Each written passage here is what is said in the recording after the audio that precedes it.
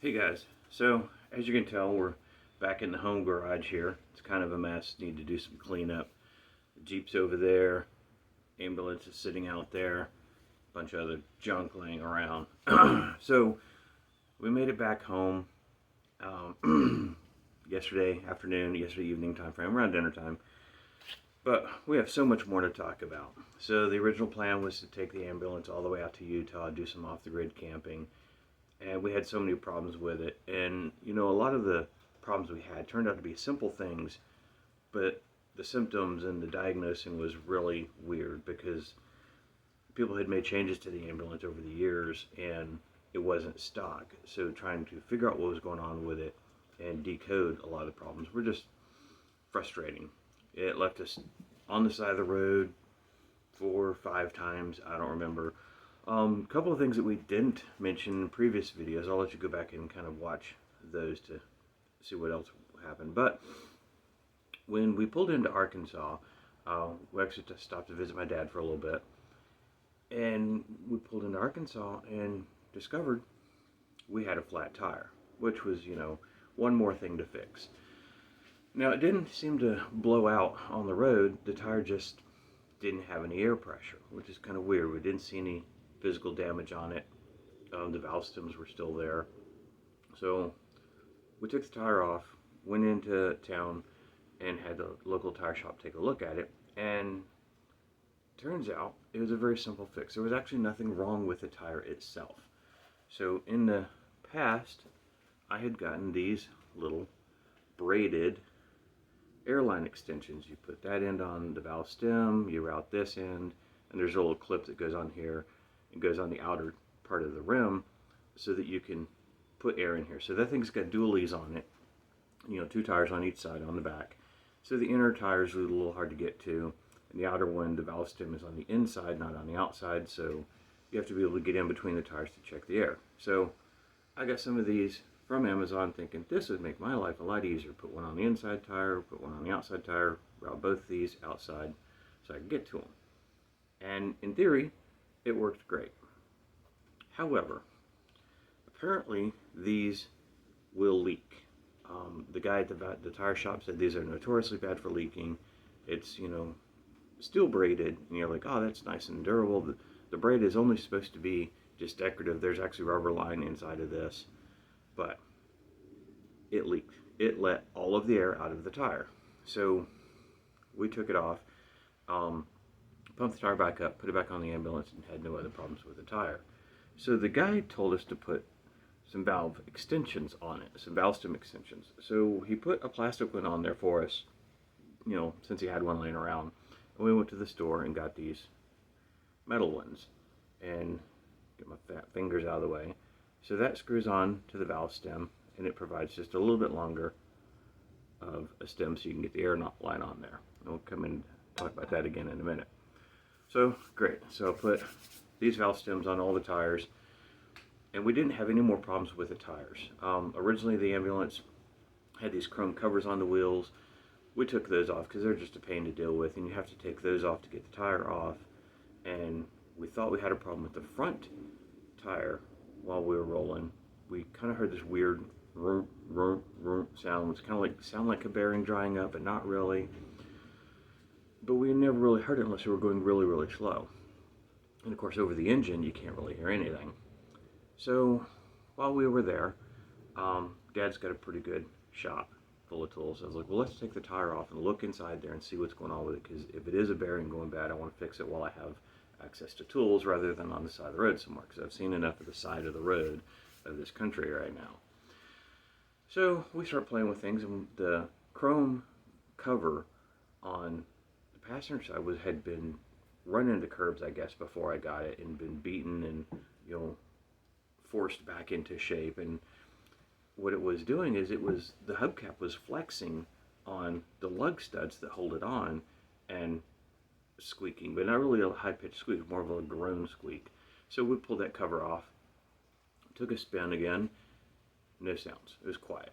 It ran like it was supposed to. So I'm like, great, got that sound figured out, got the flat tire fixed. We thought we'd fix all our fuel issues. And if you remember, I had talked about there being an auxiliary pump that somebody had added, one of these aftermarket ones you get from AutoZone. When the original mechanical pump broke, somebody added this underneath the truck, and then we had added this fuel filter assembly, which like a little cartridge filter goes here, has a little bowl, goes underneath it so you can drain fuel and whatnot. So we added this assembly to that. Well, when we bypassed everything on the side of the road in Genoa, Colorado, we took all of that and we just bypassed it. And when I got to Dad's house, since we had access to tools, I took the pump out and took this out and found out that the fuel filter inside of here was actually not clogged, but it was getting really dirty. It needed to be replaced. So this is actually going to go back in the truck with a new cartridge because it was doing the job it was designed to do.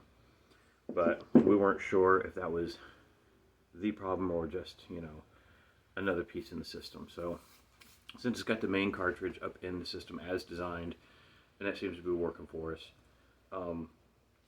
from Colorado all the way to Arkansas, we didn't have any issues, and technically running from Arkansas back to Maryland, we didn't have any issues with the fuel flow, except for, so you remember I talked about these little lines. So on that truck, on the side of the fuel bowl, there's a pressure relief valve or a pressure check valve that looks just like a tire stem. A little Schrader valve looks just like this on the side of the fuel bowl. So when the fuel bowl pumps up with fuel, you can press in on this and let the air out, or you can press in on this and check that you have fuel coming out of the fuel bowl.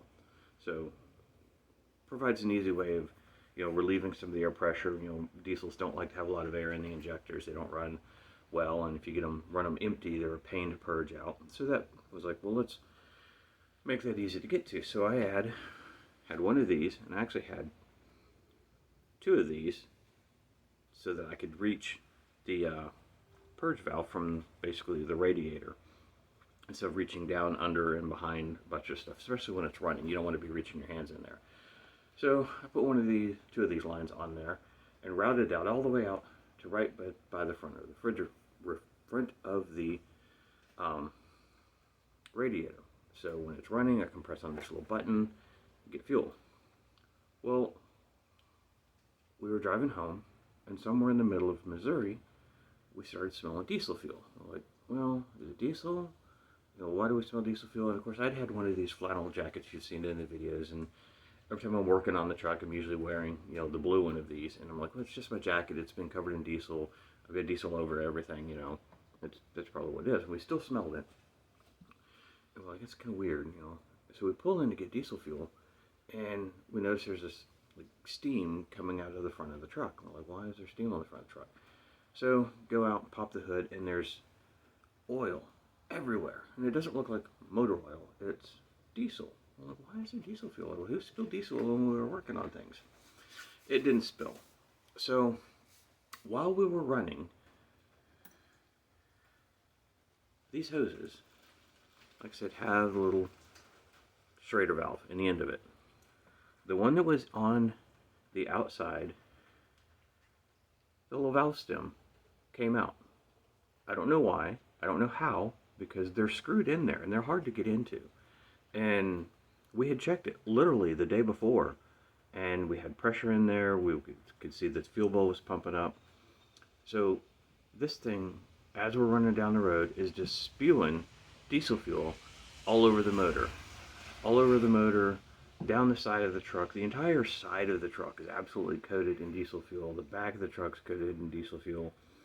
Of course, we're hoping for rain to come in and kind of wash some of that out, which it didn't. The rain just started this morning. I don't know if you can tell, but it's raining out there. Not very hard.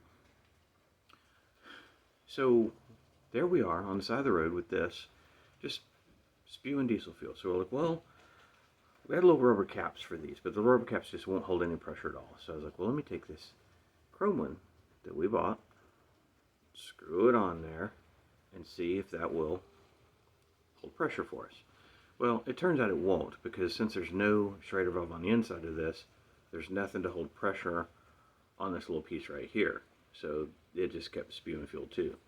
So I had to sit there in the gas station and take the entire airbox assembly completely apart, and reach all the way down in there and pull out both lines and disconnect it from the truck, and had just the stock Schrader valve on there, which seemed to be just fine.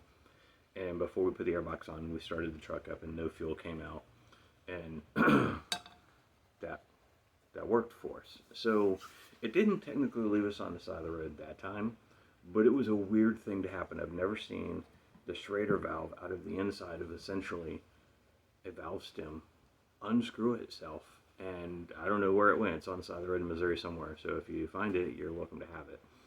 I've never seen it before, and I didn't have this tool. The tool, there's a tool that you use to get in there. I call it a bicycle tool because I actually have it from, when I was much younger, and adjusting the spokes on the bike, and it had a little prong on you could stick in there and unscrew these things. But that's another tool that's going to get added to the truck. And the other one we don't have in the truck that's going to get added is a small air compressor.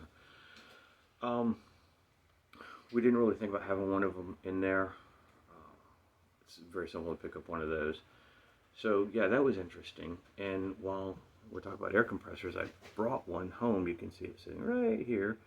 My dad built that, and it's much quieter than my one that you can't see because of the seat is in the way. So I have one about the same size that's an oil-less, and they're really loud and obnoxious. And this new one is like an oil-based design, much quieter. Will have just as much air, and it's a little bit shorter actually, so it'll be easier to move around. Had to buy the cargo carrier that you see next to it to put on the back of the ambulance to get it home, because I really wasn't planning on bringing parts home from my dad's house, but I really wanted the air compressor, and it's a 2-day ride to go out there, so it's like, well, I'm here, I might as well buy something to drag it home. And I didn't want to bring a trailer home, so I bought the little cargo container. I don't really care for these things, but there it is. So maybe we'll put it on the back of the Jeep next time we go up the hill and carry more cargo. We'll see. But yeah, so that's kind of the summary. We think we figured out the fuel problems. We think we've got most of the other bugs worked out of it, but every time we think about that, we think we've got it figured out, it throws us for a loop. We took a couple of camping trips with it before this big trip. We took some trips down to my son's house in Virginia. We took some trips down the Eastern Shore. I drove it around town quite a few times just to put some miles on it, and just to drive it, and just to work the bugs out. And we bought tires for it before the trip, thinking we'll have everything squared away. And just the weird fuel problems, like the whole time driving around here, driving to my son's house, we never had any problems with the fuel. So for it to stop working while we're on the big trip was really frustrating. It costs us quite a bit of money in towing, and that's the other thing with that is, when you get a truck of that size, and more importantly of that weight, you kind of have to plan a little bit more in your budget, because a standard tow truck is not going to pull that thing. A standard tow truck is not going to hook it up to it and drag it out of the middle of the road. The thing weighs 12,000 pounds. That's a lot. And you're not going to just push it. Your Honda breaks down, runs out of gas, you can get yourself and 2 people and just push it out of the road, but that one you're not going to.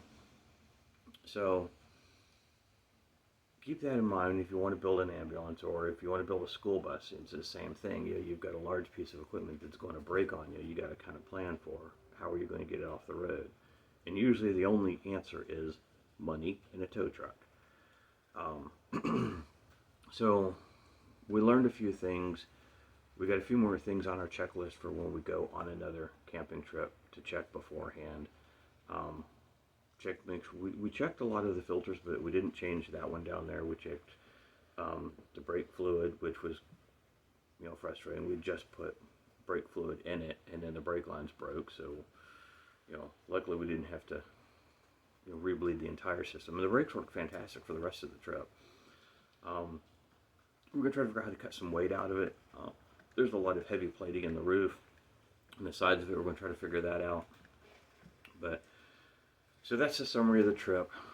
We're home. Lots of work to do here. Hopefully the engine for the Jeep was done at the machine shop, and I can go get it. And of course Siri wants to chime in. So anyway, that's it for today, and we'll talk to you guys later.